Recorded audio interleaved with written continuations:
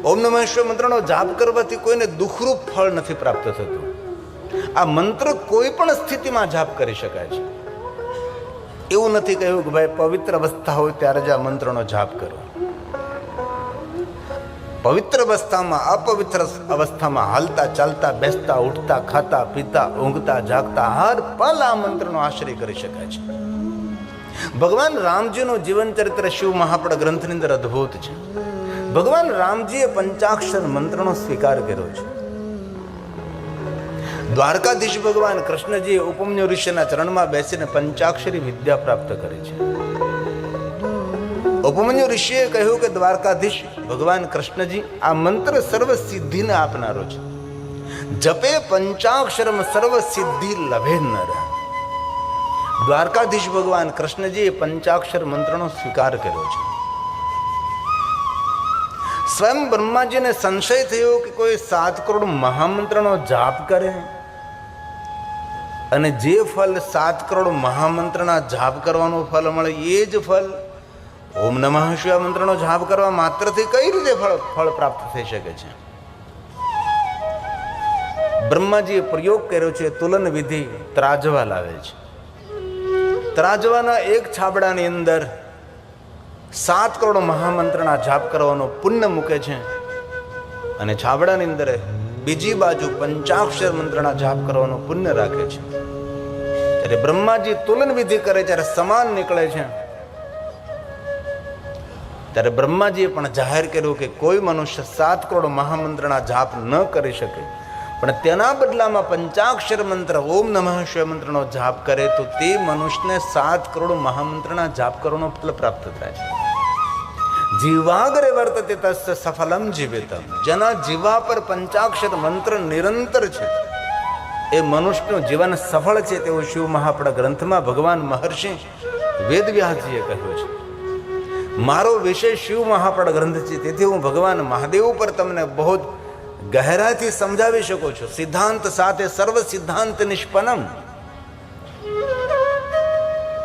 જ્યારથી મેં કથા ક્ષેત્રમાં પ્રવેશ કર્યો ત્યારથી મેં એક ગ્રંથનું જ અધ્યયન કર્યું છે. 18 પુરાણની કથા હું કરી શકતો નથી. એક જ ગ્રંથ છે શિવ મહાપુરાણ. તેથી ભગવાન મહાદેવ પ્રત્યે જે કથા હોય આપના સમક્ષ હું કહેવાનો સુંદર રીતે પ્રયાસ કરીશ.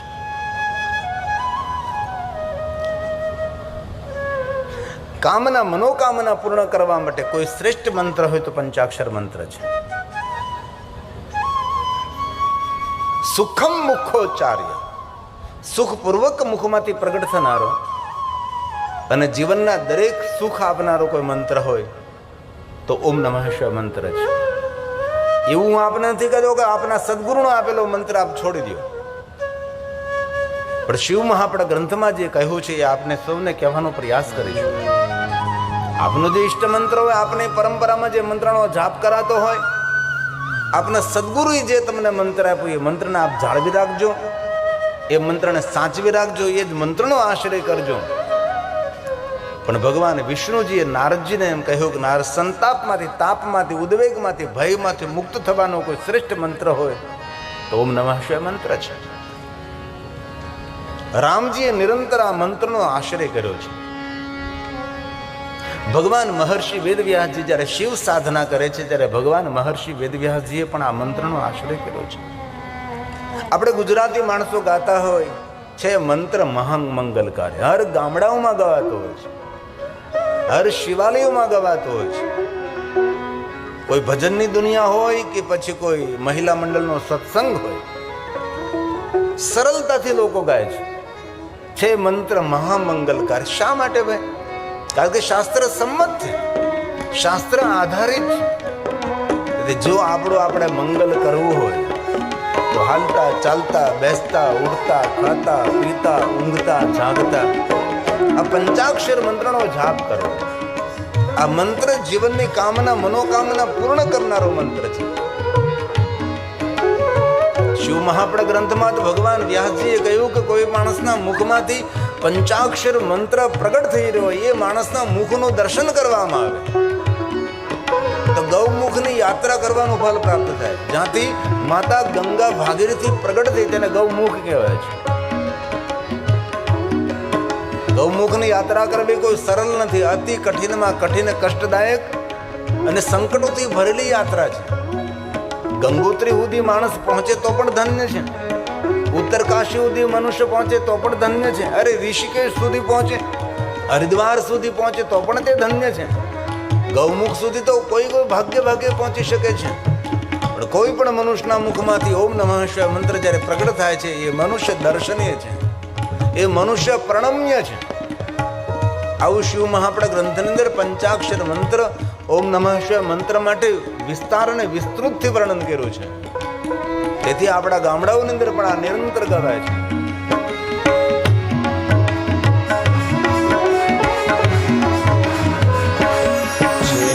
મંત્ર મહામંગલકારી ઓમ નમઃ શિવાય ઓમ નમઃ શિવાય. જે મંત્ર મહામંગલકારી ઓમ નમઃ શિવાય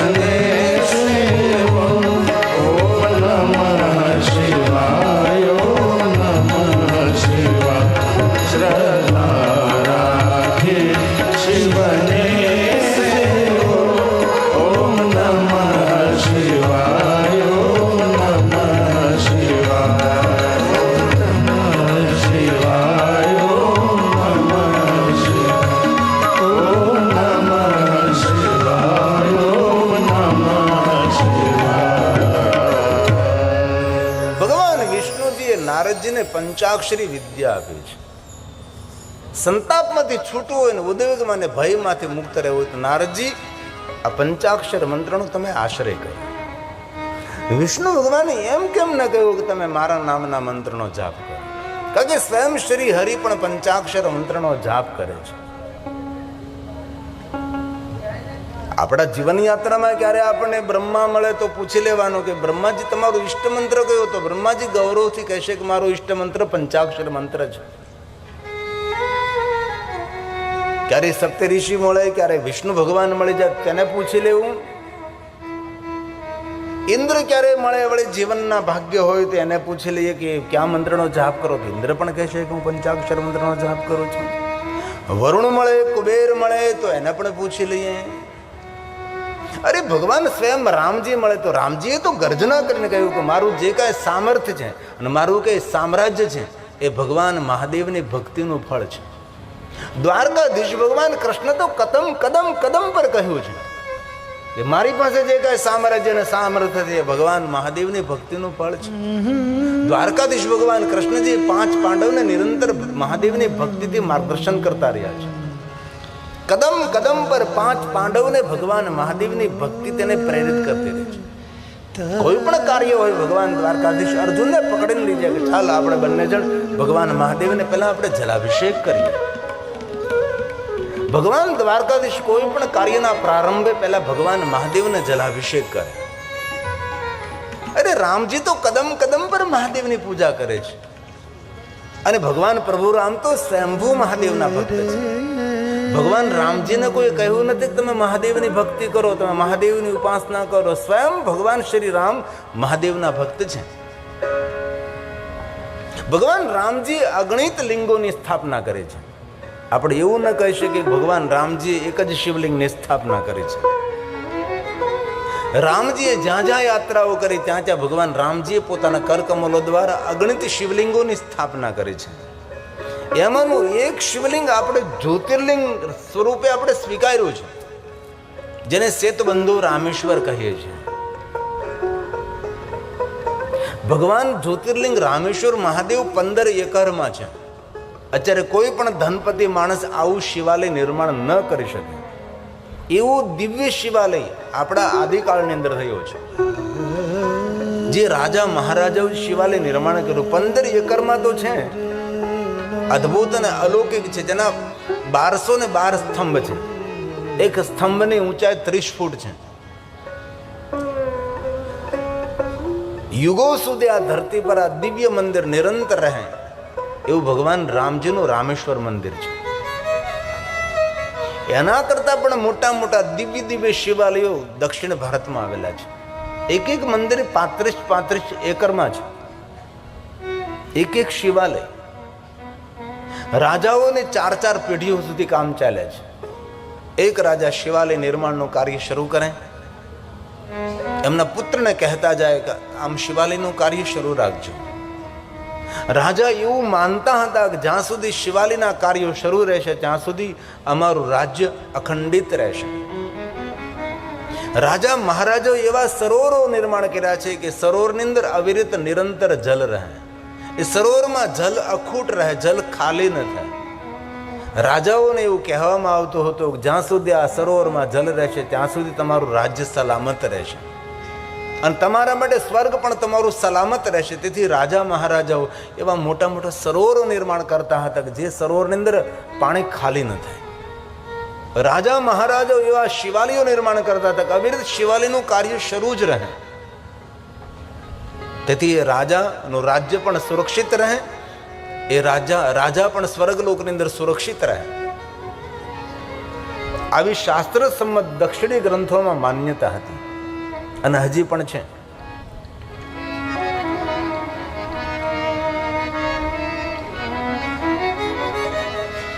રામ જીવનમાં મળે કે કૃષ્ણ મળે તેને પૂછી લઈએ કે ભગવાન આપ ક્યાં મંત્રનો જાપ કરો છો? તો રામજી કહે મેં પંચાક્ષર મંત્રનો આશ્રય કરું છું. હવે બ્રહ્મા, વિષ્ણુ, ઇન્દ્ર, કુબેર, વરુણ, સપ્તઋષિ, રામ, કૃષ્ણ મળે કે ના મળે, પણ જીવનમાં હર વ્યક્તિને એકવાર યમરાજ તો મળશે જ. યમરાજાને પૂછી લેવું, યમરાજા આપનો ઈષ્ટ મંત્ર કયો છે? તો યમરાજા સ્વયં ગૌરવથી કહેશે કે મારું ઈષ્ટ મંત્ર પંચાક્ષર મંત્ર છે. શિવ મહાપણા ગ્રંથમાં યમરાજાની શિવ ભક્તિનું વિસ્તૃત વર્ણન છે. જ્યારે કોરોના કાળ ચાલતો હતો ત્યારે અમે લોકો ઓનલાઈન કથા કરતા હતા. સામે એક પણ શ્રોતા નહીં, કેમેરા લાગેલા હતા અને આસ્થા ટીવીના માધ્યમથી, આસ્થા ટીવી ઇન્ટરનેશનલ, એના દ્વારા દેશ દેશાંતર તક અમે કથા પહોંચાડવાનો પ્રયાસ કર્યો. જે હોલમાં કથા કરતા હતા એ હોલમાં કોઈ બહાર ન જઈ શકે, બહારનો વ્યક્તિ કોઈ આવી ન શકે. આવી રીતે જ્યાં સુધી કોરોના કાળ ચાલ્યો ત્યાં સુધી મેં ભગવાન મહાદેવની કથા કરી. દુનિયા આખી બંધ થઈ ગઈ હતી, બધું વ્યવસાય સબ કુછ બધું જ બંધ થયું હતું. પણ અમે ગૌરવથી કહી શકીએ છીએ કે ભગવાનની કથા બંધ નથી થઈ. એ નિરંતર કથા ગાંઠતી રહી, ગુંજતી રહી. લોકોને ભગવાનની કથા હિંમત આપતી રહે, ઉત્સાહ આપતી રહે. અમે પણ કોઈ શ્રોતા સામે નહીં, ખાલી કેમેરાની સામે બોલવાનું, એવી નિરંતર આખું વર્ષ ભગવાન મહાદેવની કથાનું ગાયન કર્યું. ત્યારે યમરાજાની શિવ ભક્તિનું વિસ્તૃત વર્ણન કરેલું કે યમરાજા ભગવાન મહાદેવને કેટલા સમર્પિત છે. અને યમરાજે વરદાનને વચન પણ આપેલું છે, કોઈ પણ મહાદેવનો ભક્તો એ મારા માટે સન્માનિત છે. મહાદેવના ભક્તોને કોઈ પણ પ્રકારની સજા, કોઈ પણ પ્રકારની પીડા, ને કોઈ પણ પ્રકારની વેદના, ને કોઈ પણ પ્રકારનો દંડ હું તેને આપતો નથી. આ યમરાજાએ સ્વયં સ્વીકાર્યું છે. મહાદેવના ભક્તોનો હું સ્વાગત કરું, તેનો આદર કરું છું. યમરાજાએ પોતાના કરકમલો દ્વારા અગણિત લિંગોની સ્થાપના કરી. જે શિવલિંગનું નામ યમેશ્વર મહાદેવ, યમરાજા દ્વારા જે શિવલિંગો સ્થાપિત થયા છે. તેથી જે મહાદેવના ભક્તો હોય તેને યમરાજથી પણ ડરવાની જરૂર નથી, કારણ કે યમરાજા સ્વયં મહાદેવના ભક્ત છે. દેવતાઓ મળે કે ન મળે છોડો એ બાતને. ભૂત પ્રેતોને પૂછી લ્યો કે આપ, તો ભૂત પ્રેતો પણ કહે કે અમે પંચાક્ષર મંત્રનો આશ્રય કરીએ છીએ. તેથી તો અમે ભગવાન શિવની સંગ ભગવાન મહાદેવની સાથે રહીએ છીએ. અને એટલું જરૂર યાદ રાખવું જોઈએ કે માણસે પોતાનું કલ્યાણ કરવું હોય તો મહાદેવની ભક્તિ વિશેષ પ્રકારે કરવી. ભલે કોઈ પણ સંપ્રદાયમાં, કોઈ પણ પરંપરામાં, કોઈ પણ સંપ્રદાયમાં આપણે હોય, દરેક સંપ્રદાયો શ્રેષ્ઠ છે, દરેક પરંપરા શ્રેષ્ઠ છે, દરેક આચાર્યો શ્રેષ્ઠ છે, પણ આત્માનું કલ્યાણ કરનાર તો ભગવાન શિવ છે.